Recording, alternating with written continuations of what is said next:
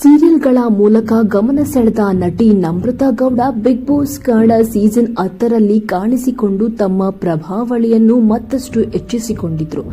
ಇದೀಗ ಇದೇ ನಟಿ ತಮಗಿರುವ ವಿಚಿತ್ರ ಅಭ್ಯಾಸವೊಂದರ ಬಗ್ಗೆ ಓಪನ್ ಆಗಿಯೇ ಸ್ಟೇಟ್ಮೆಂಟ್ ಕೊಟ್ಟಿದ್ದಾರೆ.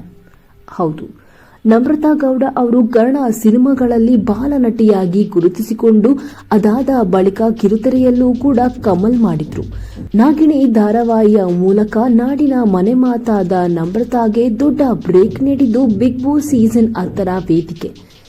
ಹೌದು, ಇದೀಗ ಇದೇ ಪ್ರಭಾವಳಿಯಲ್ಲೇ ಹೊಸ ಬದುಕನ್ನ ಕಟ್ಟಿಕೊಂಡಿದ್ದಾರೆ. ಈ ನಡುವೆ ತಮ್ಮ ವೈಯಕ್ತಿಕ ಜೀವನದಲ್ಲಿ ಒಂದಷ್ಟು ಅಚ್ಚರಿಯ ಸಂಗತಿಗಳನ್ನ ಇತ್ತೀಚೆಗೆ ನೀಡಿರುವ ಸಂದರ್ಶನಗಳಲ್ಲಿ ಹೇಳಿಕೊಂಡಿದ್ದಾರೆ. ಹೌದು, ಪ್ರತಿಯೊಬ್ಬ ವ್ಯಕ್ತಿಯೂ ಅವರದೇ ಆದ ಒಂದಷ್ಟು ಅಭ್ಯಾಸಗಳು ಇರುತ್ತವೆ. ಅಂಥದೇ ಆದ ಒಂದು ಅಭ್ಯಾಸ ನಮ್ರತರವರಿಗೂ ಕೂಡ ಇದೆ. ಅದೇನಪ್ಪಾ ಅಂದ್ರೆ ಪದೇ ಪದೇ ಮೂಗು ಮುಟ್ಟಿಕೊಳ್ಳುವುದು. ಹೌದು, ಬಿಗ್ ಬಾಸ್ ಮನೆಯಲ್ಲಿದ್ದಾಗ ನಮ್ರತರವರು ಈ ಹವ್ಯಾಸವನ್ನು ವೀಕ್ಷಕರು ಕೂಡ ಗಮನಿಸಿದ್ರು, ಪ್ರಶ್ನೆಯೂ ಕೂಡ ಮಾಡಿದ್ರು. ಇದೀಗ ಇದರ ಹಿಂದಿನ ಕಾರಣವನ್ನು ಸ್ವತಃ ನಮ್ರತರವರೇ ವಿವರಿಸಿದ್ದಾರೆ.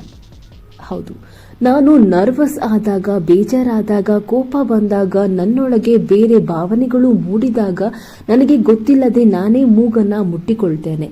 ನನಗೆ ಟೆನ್ಷನ್ ಆದಾಗ ನನಗೆ ನಾನೇ ಪ್ರತಿಕ್ರಿಯಿಸುವ ರೀತಿಯದು. ಹಾಗಂತ ಅದಕ್ಕೆ ಇಂತಹದೇ ಕಾರಣ ಅಂತ ಏನೂ ಇಲ್ಲ. ಮನುಷ್ಯರೆಂಬ ಮೇಲೆ ಎಲ್ರಿಗೂ ಒಂದಲ್ಲ ಒಂದು ಹವ್ಯಾಸಗಳು ಇರುತ್ತೆ. ನನಗೂ ನನ್ನದೇ ಆದ ಒಂದಷ್ಟು ಭಾವಗಳಿವೆ.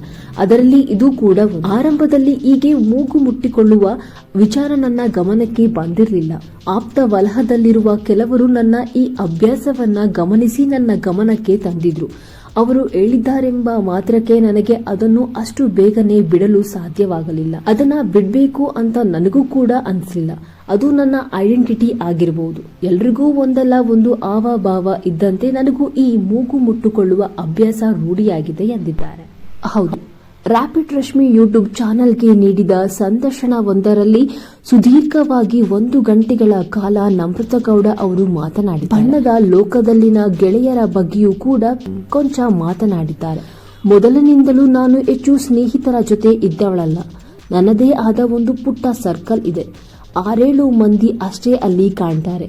ಈ ಇಂಡಸ್ಟ್ರಿ ಗೆಳೆಯರನ್ನ ಮಾಡಿಕೊಳ್ಳುವುದು ಸೂಕ್ತ ಜಾಗ ಅಲ್ಲ ಅಂತ ನನಗೆ ಅನ್ಸುತ್ತೆ.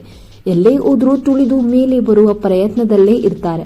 ಅದರಲ್ಲೂ ಮನೋರಂಜನಾ ಇಂಡಸ್ಟ್ರಿಯಲ್ಲಿ ಅದು ಚೂರು ಜಾಸ್ತಿಯೇ ಎಂದು ಹೇಳಿ. ಈಗಾಗಲೇ ಇಂತಹ ಒಂದಷ್ಟು ಅನುಭವಗಳನ್ನು ನಾನು ಅನುಭವಿಸಿದ್ದೇನೆ.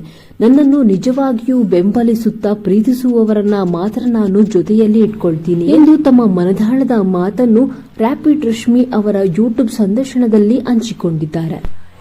ಇತ್ತೀಚೆಗೆ ನಮ್ರತಾ ಗೌಡ ಅವರು ಇನ್ಸ್ಟಾಗ್ರಾಂನಲ್ಲಿ ಕಿಶನ್ ಜೊತೆ ರೀಲ್ಸ್ ಮಾಡುತ್ತಾ ಸಿಕ್ಕಾಪಟ್ಟೆ ಸದ್ದನ್ನ ಮಾಡ್ತಿದ್ದಾರೆ. ಇವರಿಬ್ರು ಮಾಡೋ ರೀಲ್ಸ್ಗೆ ಎಷ್ಟು ಸಂಭಾವನೆಯನ್ನ ಪಡೆಯುತ್ತಿದ್ದಾರೆ. ಇವರಿಬ್ಬರ ಗಾಸಿಪ್ ಬಗ್ಗೆ ನಮ್ರತಾ ಅವರು ಏನಂತ ಹೇಳಿದ್ದಾರೆ ಎನ್ನುವ ವಿಚಾರವನ್ನ ಮುಂದಿನ ವಿಡಿಯೋ ಒಂದರಲ್ಲಿ ತಿಳಿಸಿಕೊಡ್ತೀನಿ. ಅದಕ್ಕೂ ಮುನ್ನ ಇದೇ ತರದ ಸಿನಿ ವಿಚಾರಗಳ ಬಗ್ಗೆ ಇನ್ನಷ್ಟು ಮಾಹಿತಿ ತಿಳಿದುಕೊಳ್ಳಲು ಈ ಕೂಡಲೇ ನಮ್ಮ ಚಾನೆಲ್ ಅನ್ನು ಸಬ್ಸ್ಕ್ರೈಬ್ ಆಗಿ. ಧನ್ಯವಾದಗಳು ವೀಕ್ಷಕರೇ.